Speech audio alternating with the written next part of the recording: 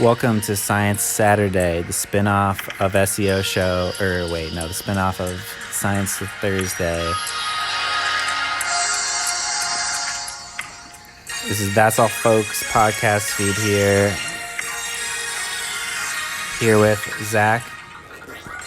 Hello, everybody. Zach Show Live here. We're here with a little baby moment.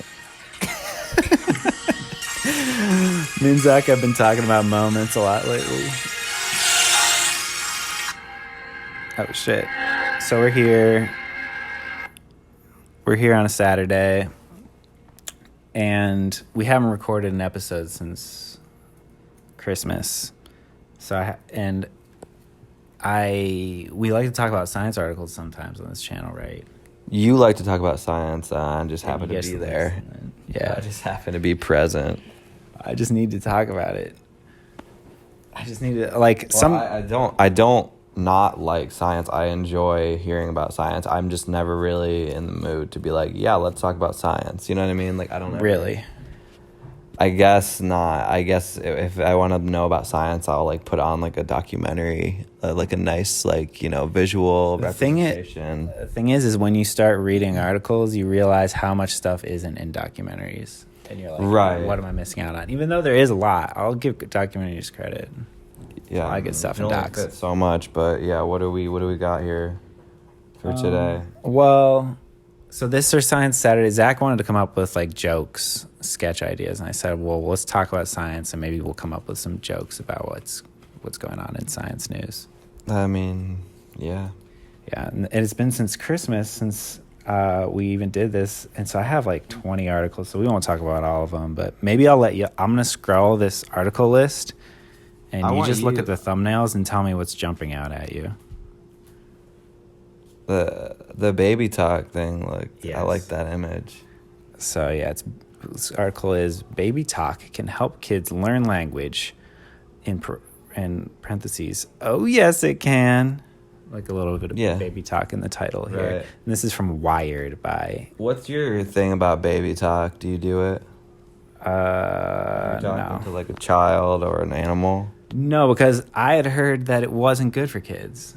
Mm-hmm. That was like the sort of like common wisdom is like you need to let your baby listen to classical music in the womb, and then when it comes out, just start talking at it like you're a lawyer. Right. I mean, I think that there's definitely a different tone that you can speak to a child in, but I do, like when I'm talking to animals, I can't help but baby talk. Yeah, I talked to Tim the cat. He's around here somewhere, but I do call him Timmy. I say, hey there, Timmy. Yeah, but that's not quite. It's not quite baby talk, but it's different than I talk to people. Yeah. But sometimes anyway. I talk to people like I'm talking to an animal. Hello. How are you? This article is from Wired, and it's by Kathleen O'Grady. This is from 7 days ago. This isn't that old. Good gravy, O'Grady. This is from, I don't know what 7 days ago was. Let's go to the website. Let's see what. This is from Ars Technica, okay, which is owned by Wired. I don't know. It said Wired. It says infantilizing babies helps them learn language. Pretend conversations early on lead to better vocabularies later. And basically, they're like actually talking to babies is good. It helps them. It like emphasizes certain things like, oh yes, you can come here. You know what I mean? Like over speaking things and like really like exaggerating the emotions behind words and stuff like that is actually helpful. They've shown that it helps them catch on to it. I mean, is it because they're expressing a certain emotion that is associated with that word? You know what I mean? Like you're kind of just over you're acting in a way. Yeah, you're acting, you're teaching basically. Yeah. But but the common wisdom is saying like, no, you gotta like that's just speak like a regular person. Like, hello, welcome to the world. Right. Here's your bed. You may please do not cry. We will come. We will bring you milk when you cry. That's right. How you speak to your baby. Yeah, like babies crying. I will give you milk. How does this feel? But like going that kind of talk like if. But they're saying that. Okay, let me just read a paragraph of this. This is the second paragraph in the thing. This parentese is found across cultures, and babies exposed to more of it at home seem to do better at acquiring their home language. But it's not all instinct. A paper published in PNAS, I don't know what that stands for. Penis? PNAS. I don't know what that. This week suggests that parents can be trained to improve their parentese, and that training gives their babies a language boost. So you can even, that's insane. You can learn better baby talk. What do you mean? I don't know. That's what it goes on to say. I don't know how much we can really trust a penis that's writing an article.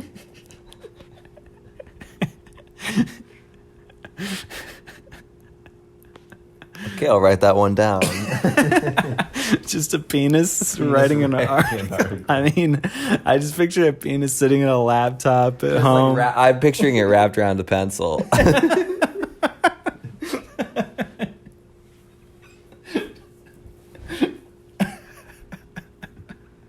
mean, it is making me laugh. Interesting image, yeah. All right, well, okay. That might just be a drawing, honestly. Yeah, it true. might not be a sketch. I don't know.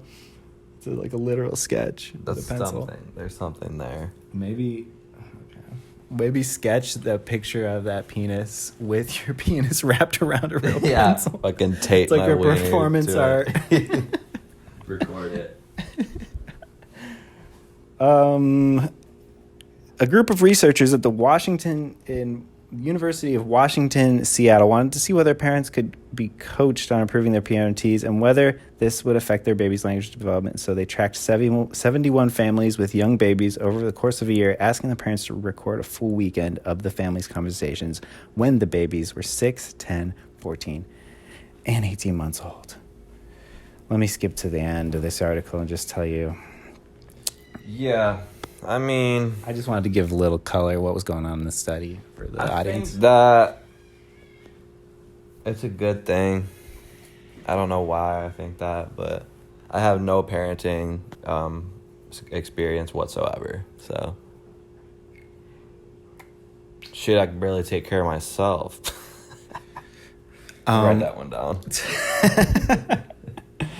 The thing I was thinking about when I was reading this, though, that I thought would give us like a good thing to start talking about is that we could talk about something a little problematic, a little bit of some real life tea. Okay, right. Our dad is marrying engaged a woman from Japan.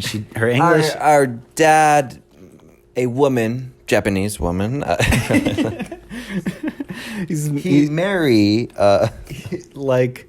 So she doesn't speak English really well, and like he'll like exaggerate English to her, like really over and but he'll say it like the way she says it, and so it ends up that he looks like, from the perspective of anyone else, that he's just doing this weird like Japanese accent impression all the time to her. You have to give a little bit of bit more clear context here. It's like, okay. Here's the sentence. Like, can you pick up a bottle of carrot juice at the grocery store?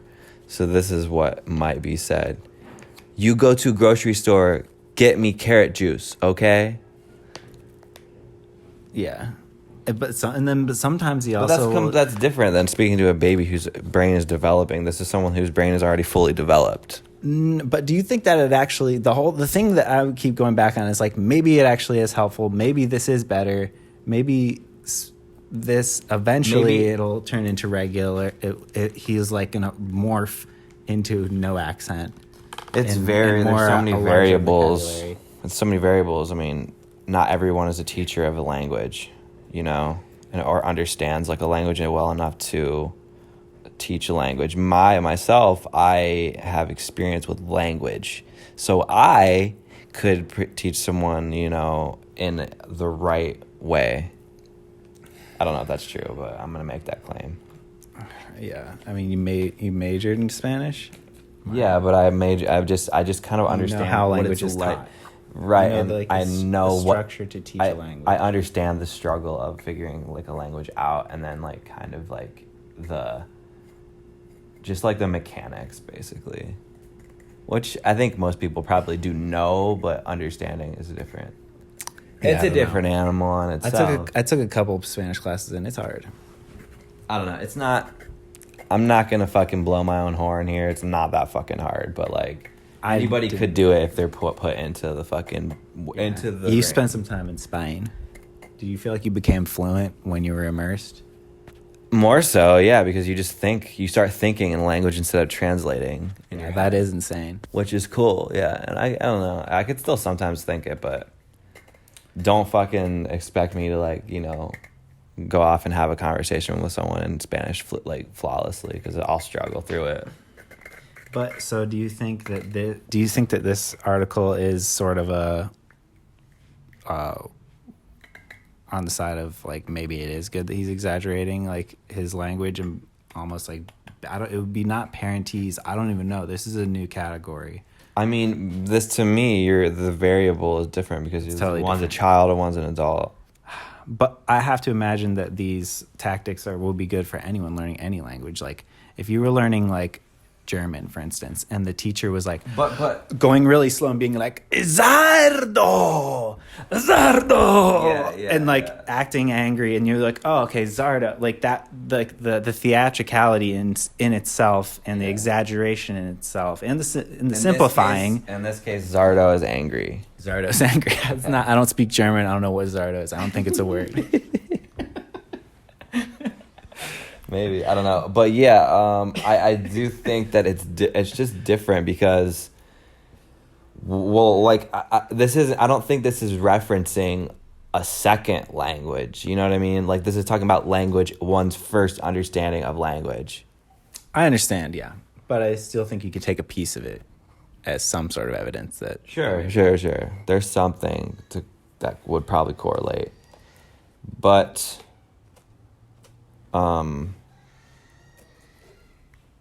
Yeah, I mean, again, a penis wrote this article, so so we gotta take it with a grain of salt. You gonna pick another article? Like I read this article came up. You can't taste anything with your testicles while we're on the subject of penises. There is that trend that was going around that people were dipping their balls in soy sauce, and then like maybe 10 or 15 seconds later, they said they could taste like the saltiness or whatever. Mm-hmm. Yeah, what was I saw this too. I saw it on TikTok, and it made me think. I was like, really? Like, what? I was like, I don't know about that. And then I kind of just forgot about it immediately. But is there any science behind this?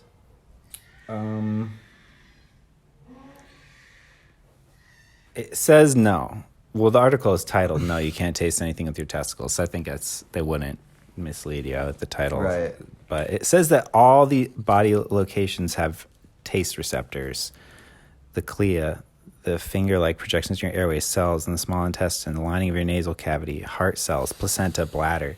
So I don't know. There's like they go into the science of taste buds. I don't know. I wasn't really that interested in it. I was just, I thought it would be good for the show because I like the just the concept of taste buds, like two buddies that are taste buds. You know what I mean? Like the imagery of that. All right. Write that down. Okay. Let's see. Oh, this is an interesting article that I thought you'd just be interested in.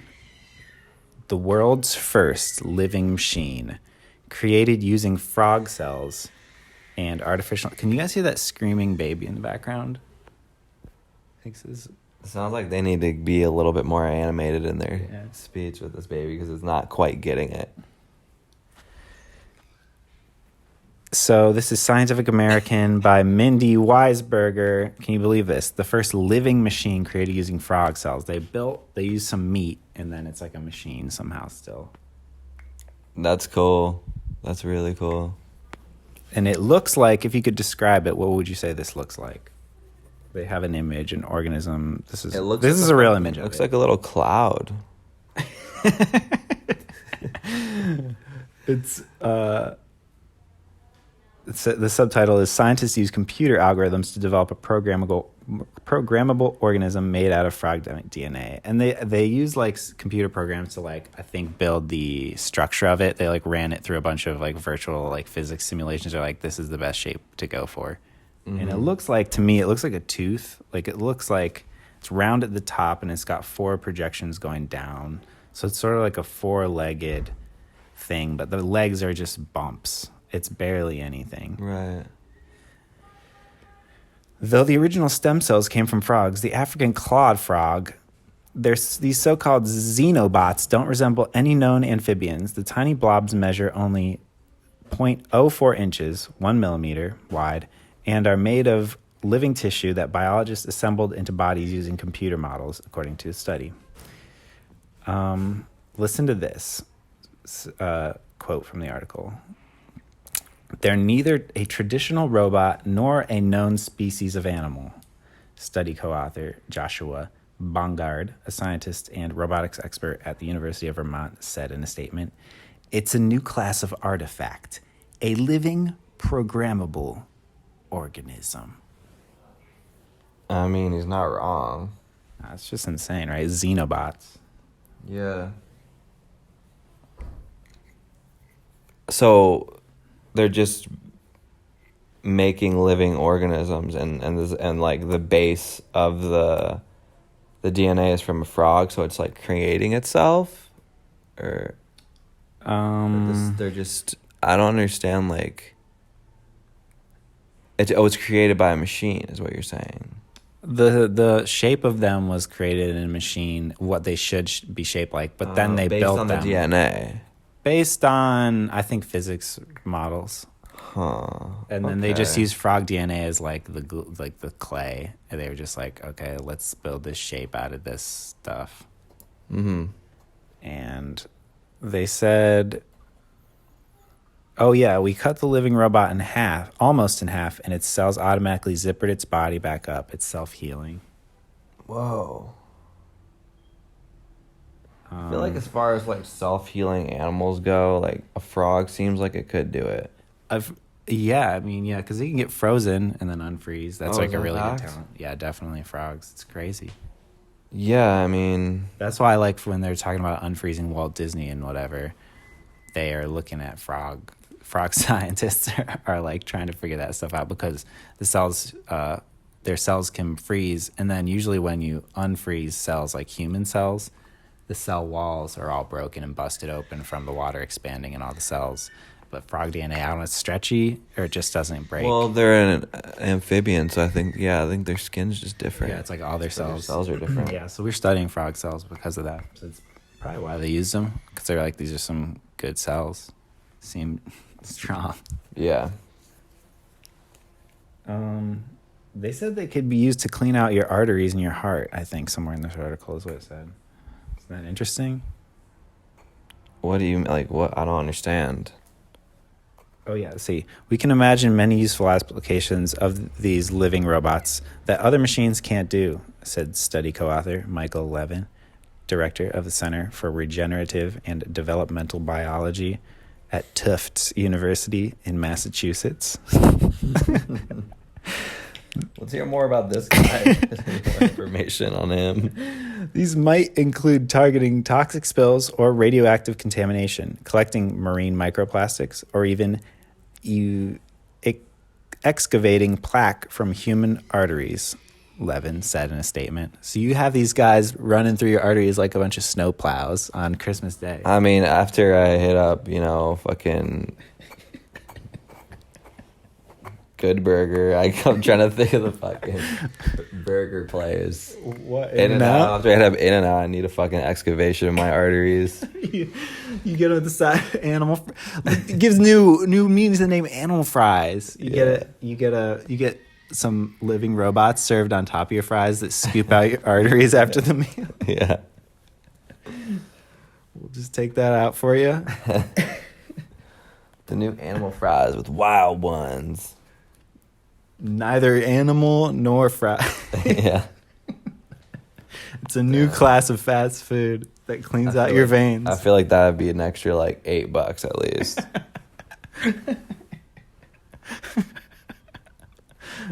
Eating a bunch of Xenobots with nacho cheese. I get a 5-piece of Xenobots. Just throw it on, mix it in.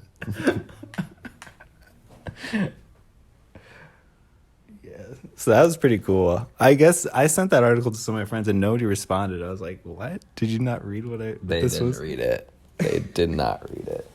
Unfortunately, you and I don't know. Never mind. So any of these articles jumping out at you? What's up with the hermit crab? I actually needed to read this. Ah, shit. I don't want to. It says, here's the title. Shouts out to hermit crabs, I guess. I wanted to read it because it was an interesting thing, but I was like, is this going to be a bunch of bullcrap? It says, hermit crabs may offer insights into wealth inequality. What? Sounds like some fucking snake oil shit. I don't know what it says. This is written by a fucking hermit crab, I'm sure. They say hermit crabs can teach us about wealth inequality. According to a new study, the distribution of empty snail shells in which hermit crabs live was surprisingly similar to the distribution of wealth in human societies, the research finds.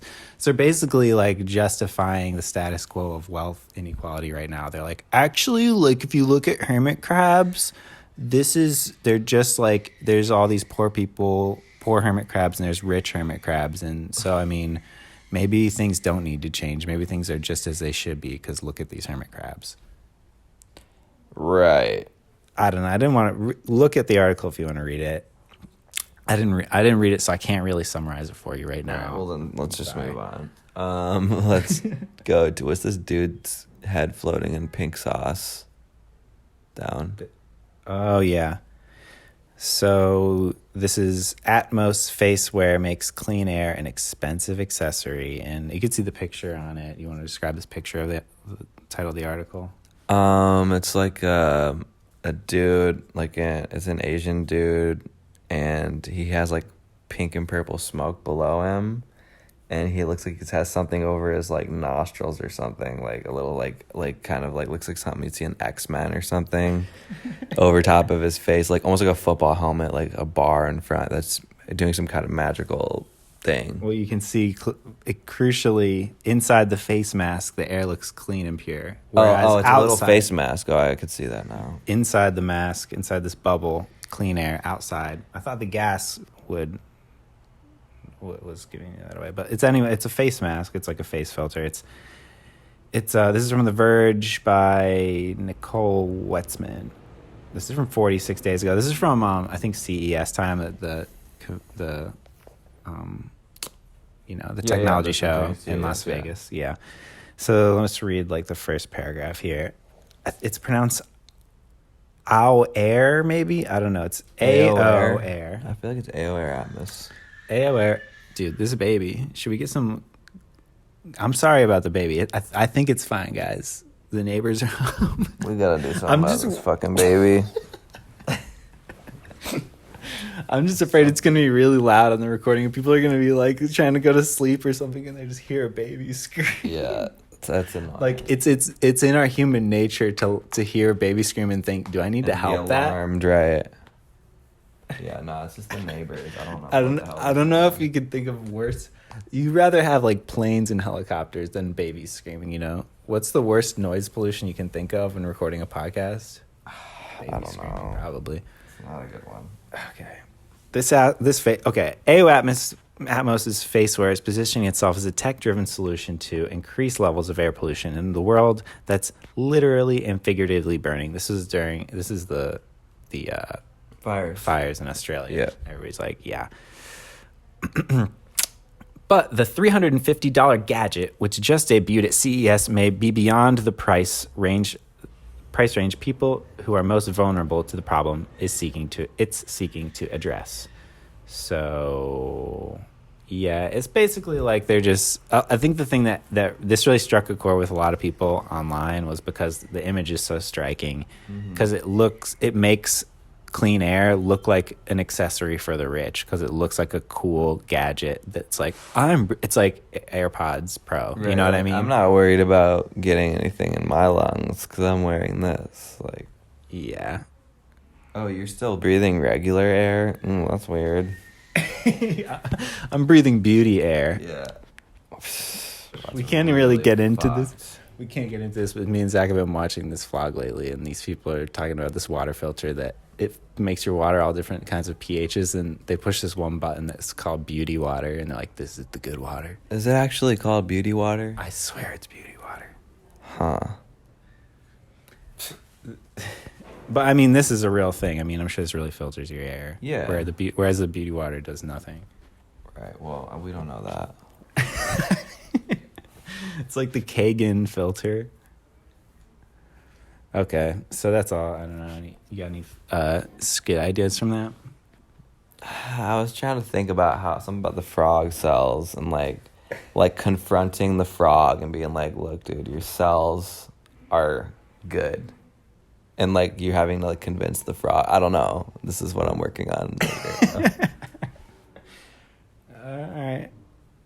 You wrote that down? Yeah. Frog cells. I wrote down frogs resilient. I don't really know what I could do with that, but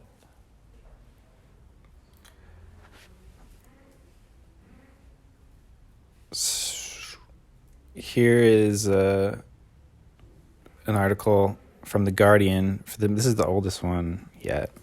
It's from December 27th. This is like a day after we recorded our last podcast. Scientists attempt to recreate, quote, overview effect from Earth. Researchers aim to recreate an intense emotional experience astronauts reported on seeing Earth from space for the first time. The spectacle of the Earth suspended in space was so overwhelming for Edgar Mitchell, at the Apollo 14 astronaut and sixth man on the moon, wanted to grab politicians by the scruff of the neck and drag them into space to witness the view. So have you heard of it? He was going to grab them by the scrotum. The scruff of the scrot. Probably would have got his attention, that's for sure. So this is... What the fuck happened? I don't know. Do you know what the overview effect is? Not really, no. You don't know what it is. So a lot... Before there were pictures of Earth from space, really, and like HD video of it and stuff like that, people really didn't know what the Earth really would have looked like from space. So a lot of the scientists go up there, they see the Earth all as one, you know, from a distance, and they're like, they see how vulnerable it is, that we're basically all in a bubble, you know? Yeah. And like everything affects everything else, how interconnected everything is, and they see like the crucial need for some like working together as a human race on a worldwide scale. That's called the overview effect. It's this overwhelming feeling of connectedness and oneness and needing to let other people feel that feeling, because it will be so much more productive as a human race to run the world as if we are all interconnected. Sure. And so, yeah, they're trying to do it with a VR headset and some Epsom salt. They're going to put some people on... They're like, what do we need? Let's just add salt. I don't know. Hey, you can't go wrong with a little salt, and if you get those Xenobots, you're good. I'm just like trying to create like a comedy set based off of these articles. It's pretty good. So I've just heard of people doing this. What do you think? You think it could work? Would you do it? What exactly are they doing? They're showing like geographical areas and being like, this shit is like really fucked up, like, or this is affecting this. That like, are they like, what do these pictures or like images do? Or show? Let me read a little bit. If the trial, wait, okay. Such drastic, there's a lot of stuff. We just found out this apartment. We got a thing in the mail yesterday saying our apartment complex is not safe for earthquakes, and that I am not one bit surprised. And they said it qualifies for immediate renovations, earthquake proofing, seismic. What do they call it? Seismic proofing. Yeah, something like that. We got some official papers from the city, and they're like, it's going to happen in a few weeks. I want to see those papers. I threw them away. I took a Okay. picture of them, actually, if you want to see. Here, wait. This is to inform you that the Los Angeles building has determined your residence meets criteria for mandatory compliance with seismic retrofit ordinance.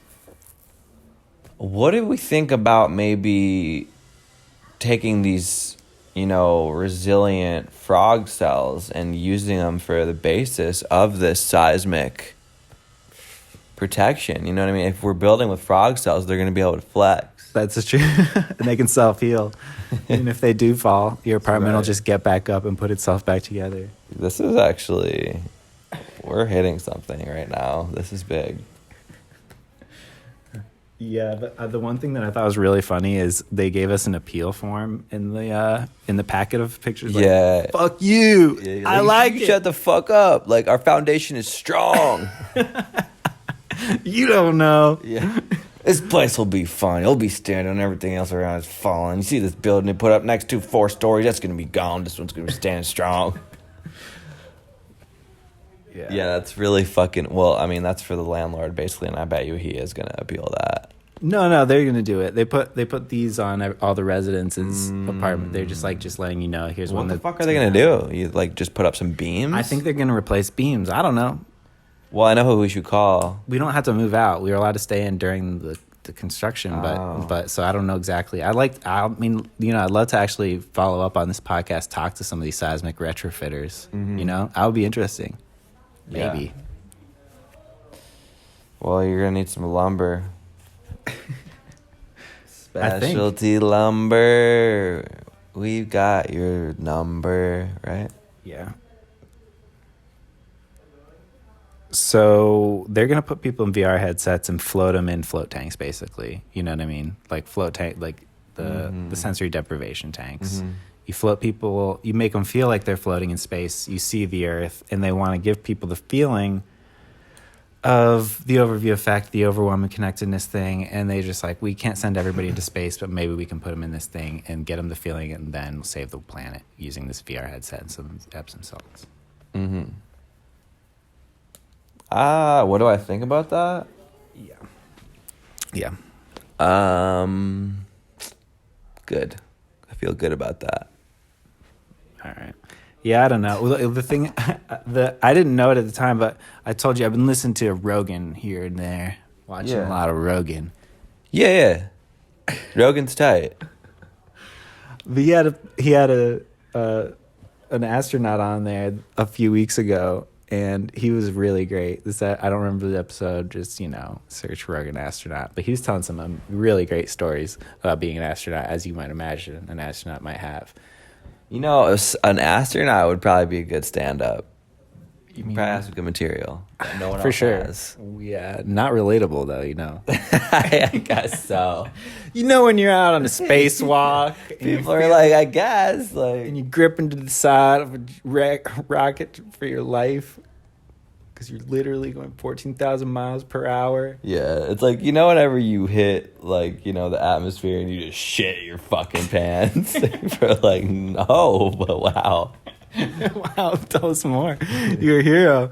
Yeah. He just gets clapped. I mean, I don't know. Go on, though. Yeah, but he was like, right near the beginning of the interview, he was like, I went up into space for the first time, and I had all this stuff to do on my list, check all these, things, science things, to make sure that it was going well. But then when he had a second, he saw, the light from the Earth in the corner of his eye, and he was like, oh, fuck, it's the Earth. I'm going to go get the overview effect, it's going to hit me. Here we go, man. Here we go. I'm going to go up to the window, and my life's going to be changed. I'm going to feel it. And he said he went up to the window, and he felt nothing. Wow. He said, That's what he said. I'm not surprised. He said at this point he had seen many pictures and videos of the Earth, other media, that was better looking than what he saw out the window. I believe that. So he said, you see it all for sure, but it's just not as crazy, I guess. It's got to be crazy. But yeah. Definitely crazy. But he said, any overview effect sort of feeling there was nothing new really. That's sad, but I mean, I have to say, I think I'd feel similar. I would just be like, I'm just a fucking weird thing out, like, looking at, like, I don't even know. Like, I've never really thought that deep into, like, space, because there's so much that we don't know. It's like, why am I even going to waste my time and think about it?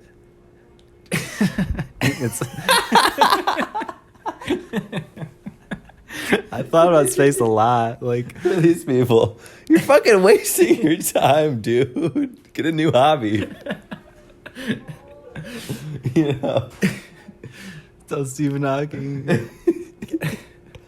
Oh, like, what are you talking about? Planets and stars? Dude, you're fucking delusional.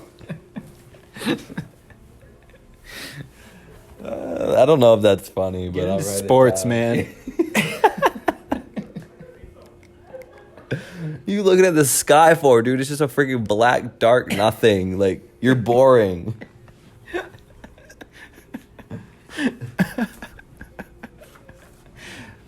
All right. That's pretty much all the articles. I mean, there's other ones, but that's all the good ones. Yeah. Sorry, I'm writing this down. So that's it for Science Thursday, or Science Saturday. Shout out to Ira Flato from Science Friday. We really love him to have him on the show. His extras jotting down that groove.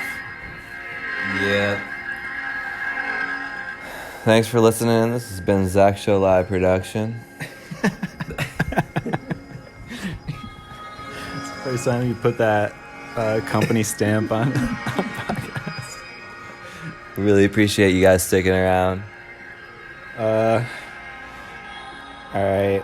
Yeah, well, I don't know when we'll be back, but watch our freaking vlog. If you made it this far, you probably already watched the vlog. But yeah, go check it out on YouTube.